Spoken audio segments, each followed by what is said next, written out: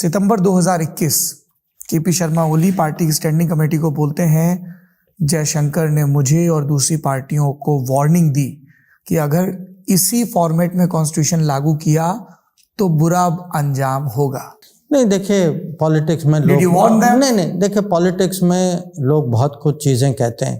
India और नेपाल के ताल्लुकात एक दफा फिर से खराब हो चुके हैं और इस दफा अगर खराब हुए हैं तो इंडिया की तरफ से खुद हुए हैं। इंडियन फॉरेन मिनिस्टर जयशंकर से इंटरव्यू लिया गया था इंडियन मीडिया ने, और उस इंटरव्यू के अंदर ऐसे सवालात खड़े हो गए हैं जिसने पूरी दुनिया को हिला के रख दिया है। अब इंडिया और नेपाल के जो ताल्लुकात थोड़े बहुत बेहतर थे वो फिर से खराब हो चुके हैं, और एस जयशंकर जो इंडिया की फॉरेन मिनिस्टर है वो यही मुतालबा कर रहा है कि नेपाल के साथ तभी बात होगी जब नेपाल हमारे रूल्स को फॉलो करेगा। केपी ओली शर्मा की हुकूमत के अंदर ये केपी ओली शर्मा को धमकियां देता था, ये बात अब ये कबूल कर रहा है। इस इंटरव्यू के अंदर आपको मैं शेयर करूंगा जिसके अंदर ये बात ये खुद कर रहा है। केपी ओली शर्मा को धमकियां दी गई थी कि भाई इस रूल्स को फॉलो करें, अगर इस रूल्स को आप फॉलो नहीं करेंगे तो आपके लिए बहुत मुश्किल हो जाएगी। यानी केपी ओली शर्मा को ये धमकियां दी गई कि आप इंडिया का साथ दे, इंडिया के साथ रहे, रूल्स फॉलो करें इंडिया के, अगर आप फॉलो नहीं करेंगे हम आपके लिए बहुत मुश्किल सामने खड़ी कर सकते हैं। और आप सबको पता है कि इंडिया ने नेपाल के तेल बंद कर दिया था, बॉर्डर बंद कर दिए थे, खाने पीने की चीजें बंद कर दी गई थी, जिससे इंडिया और नेपाल के बीच में ताल्लुकात और भी खराब हुए थे। तो सबसे पहले इस इंटरव्यू को देखेंगे, इंटरव्यू देखने के बाद फिर मैं आपके साथ और भी कई सारी बातें शेयर करूंगा। तो चलिए पहले इंटरव्यू देखते हैं।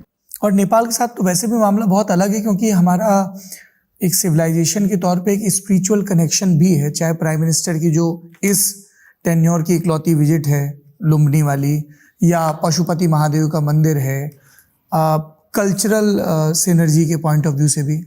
मतलब मुझे लगता है कि सारे नेबर्स साथ, लेकिन Nepal is different ball game. इसीलिए जब हम वो 1950 की ट्रीटी के क्लॉज भी देखते हैं तो इतनी ओपननेस और कहीं नहीं। नहीं मैं बिल्कुल देखिए, बॉर्डर ओपन बॉर्डर, यस, अभी किसी और के साथ ओपन बॉर्डर नहीं। अगर आप पूरे दुनिया में देखें, this itself is a great act of trust. फिर सर व्हाट वेंट रॉन्ग? मेरे सामने ये सितंबर 2021 केपी शर्मा ओली पार्टी की स्टैंडिंग कमेटी को बोलते हैं जयशंकर ने मुझे और दूसरी पार्टियों को वार्निंग दी कि अगर इसी फॉर्मेट में कॉन्स्टिट्यूशन लागू किया तो बुरा अंजाम होगा। नहीं देखिए, पॉलिटिक्स में लोग नहीं देखिए, पॉलिटिक्स में लोग बहुत कुछ चीजें कहते हैं, और वो कभी कभी चीजें कहते हैं जब उनके लिए माने उसका कुछ पॉलिटिकल कॉन्टेक्स्ट होता है या उनका कुछ पॉलिटिकल बेनिफिट होता है। मैं हमारी नीति जो थी शुरू से थी कि भाई आप लोग आपस में बैठ के सर्वसहमति बनाएं।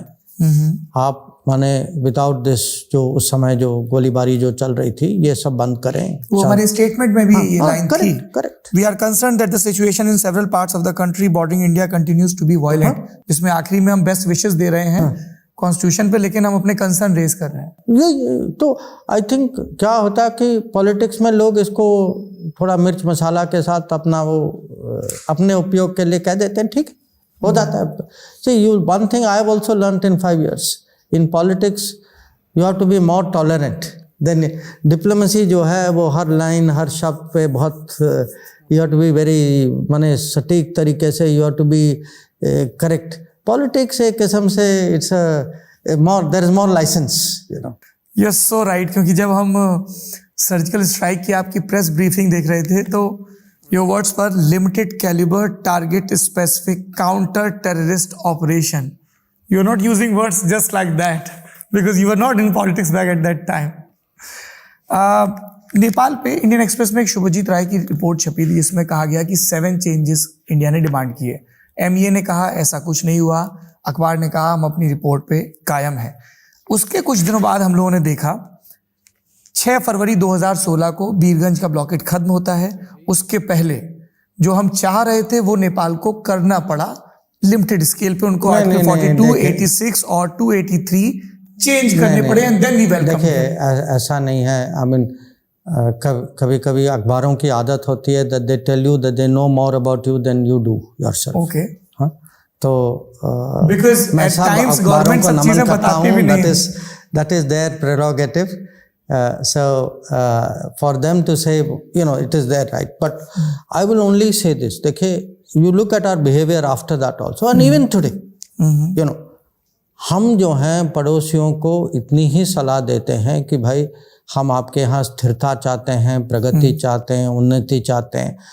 Are good wishes are with you. अगर आपको कहीं मदद चाहिए वो भी हम देने के लिए तैयार हैं, but don't create a situation जहाँ तनाव हो, अस्थिरता हो, इट इम्पैक्ट्स अस।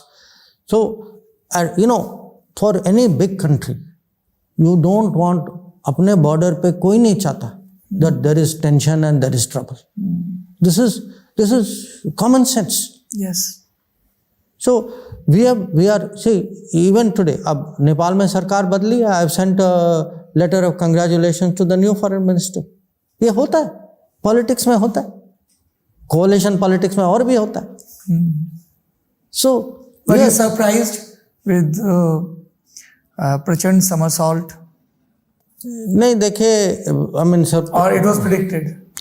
नहीं, हमें पता था कि आपस में कुछ there were issues which were building up between them. मैं प्रचंड जी से मैं जनवरी में युगांडा में मिला था। Okay. So we had a talk at that time, but he you know we are in touch neighbouring countries almost every day.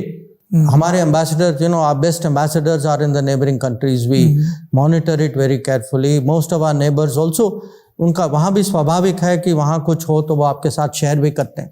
तो we have a good feel of what was coming. वो जब Uganda में मिले, उन्होंने कहा कि उन्के ऊपर चीन से प्रेशर है गठबंधन तोड़ने की? नहीं, ऐसा है कि जो उन्होंने अभी कहा, उन्होंने कहा लेट इट रिमेन देयर। तो वेयर वी आर कंसर्न्ड, अब सरकार बनी है, अब सरकार के साथ हम काम करेंगे। This is nature of politics. एक लास्ट सवाल सर, नेपाल से जुड़ा हुआ, before we move to other countries. हम लोग जब पढ़ाई करते हैं भारत नेपाल संबंधों की एज अ सिटीजन, हमें ये नहीं पता था कुछ बरस पहले तक कि भारत और नेपाल के बीच भी सीमा को लेकर इस तरह के विवाद हैं। काला पानी और लिपुलेख का जिक्र आने से पहले हमें चीन ने हमारी जमीन पे कब्जा कर रखा है, अक्साई चीन से लेकर नीचे तक, हमें पता है। पाकिस्तान घुसा बैठा है, पाकिस्तान ऑक्यूपाइड कश्मीर में, हमें पता है। बांग्लादेश को लेके, इन सब को लेके एक लगातार बातचीत चलती रहती है, सेटलमेंट होता रहता है। लिपुलेख को लेकर अभी क्या स्थिति है? क्योंकि बयानबाजी वहां अगेन लगातार हो रही है, मतलब वो अभी अटका हुआ है मामला या इस पे प्रोग्रेस हो रही है, कन्वर्सेशंस चल रहे हैं? नहीं, उसमें क्या हुआ कि एक तो कुछ सीमा में देयर वाज अ डिफरेंस, हाँ, और ये माने ये छुपाने की बात नहीं है, it was actually being discussed. जो मुझे याद है, there is a foreign secretary के लेवल पे इस पे डिस्कशन भी हो रही थी। जो डिस्कशन जो जारी था उस समय, नॉर्मली अगर आप में हम दोनों में कुछ विवाद है तो हम बैठ के बात कर रहे हैं, उस समय मेरी अपेक्षा नहीं होगी कि आप पब्लिक में ऐसा कुछ करेंगे जो इस विवाद को एक किस्म से भड़काएगा। हाँ, भड़काएगा। तो ये अब this is what happened at that time. तो लेट अस सी। अभी हम मई 2020 में ओली सरकार अपना नक्शा पब्लिश करती है जिसमें काला पानी, लिम्पियाधुरा, लिपुलेख को वो अपने नक्शे में दिखाते हैं। नहीं, मुझे याद है। तो जैसे मैंने कहा, हमारी जो पड़ोसी जो हैं, वी हैव टू, माने उनके साथ हमें रिश्ते बना के भी रखने चाहिए। जहाँ फर्मनेस होना चाहिए फर्मनेस भी होगा, जहाँ बात करनी चाहिए बात भी करेंगे। तो जो पूरा जो टूल किट जो है, वो पूरा जो स्पेक्ट्रम ऑफ एक्टिविटीज जो कूटनीति में जो होता है, we will do all of that. तो we will see how this goes. और हम ये भी इंश्योर करेंगे कि नेपाल की ऊर्जा जरूरतों को लेकर चीन पे निर्भरता कम हो। नहीं, नेपाल ब्लॉकेट के दौरान कायम हुई, नहीं, बल्कि मैं ये कहूँगा Nepal can become a big energy exporter. माने वो जमाना जब नेपाल दूसरों पे निर्भर था, वो बदल सकता है, क्योंकि नेपाल में इतनी बड़ी हाइड्रो इलेक्ट्रिक पोटेंशियल है जी, और भारत में मार्केट, और मार्केट का वो अब माने हकीकत में वो देख रहे हैं कि actually they are selling today. तो अगर नेपाल से इलेक्ट्रिसिटी एक्सपोर्ट होने की संभावना है, ये तो भारत में तो हो ही सकती है। हमने ये भी उनको ऑफर किया है कि हम अगर वो बांग्लादेश को भी एक्सपोर्ट करना चाहेंगे उसमें भी हम उनकी मदद करेंगे। तो देखिए, नेबरहुड, पड़ोस को हमें साथ ले जाना है, इसको मैनेज करना है, वहाँ राजनीति होगी, उसको हमें संभालना है। It has to be. मैं इस पे रोज पब्लिक कमेंट्री नहीं दे सकता। कभी कभी मुझे ऐसी सिचुएशन आएंगी, आई विल से ओके, इसको थोड़ा सेटल होने दीजिए, then I will deal with it.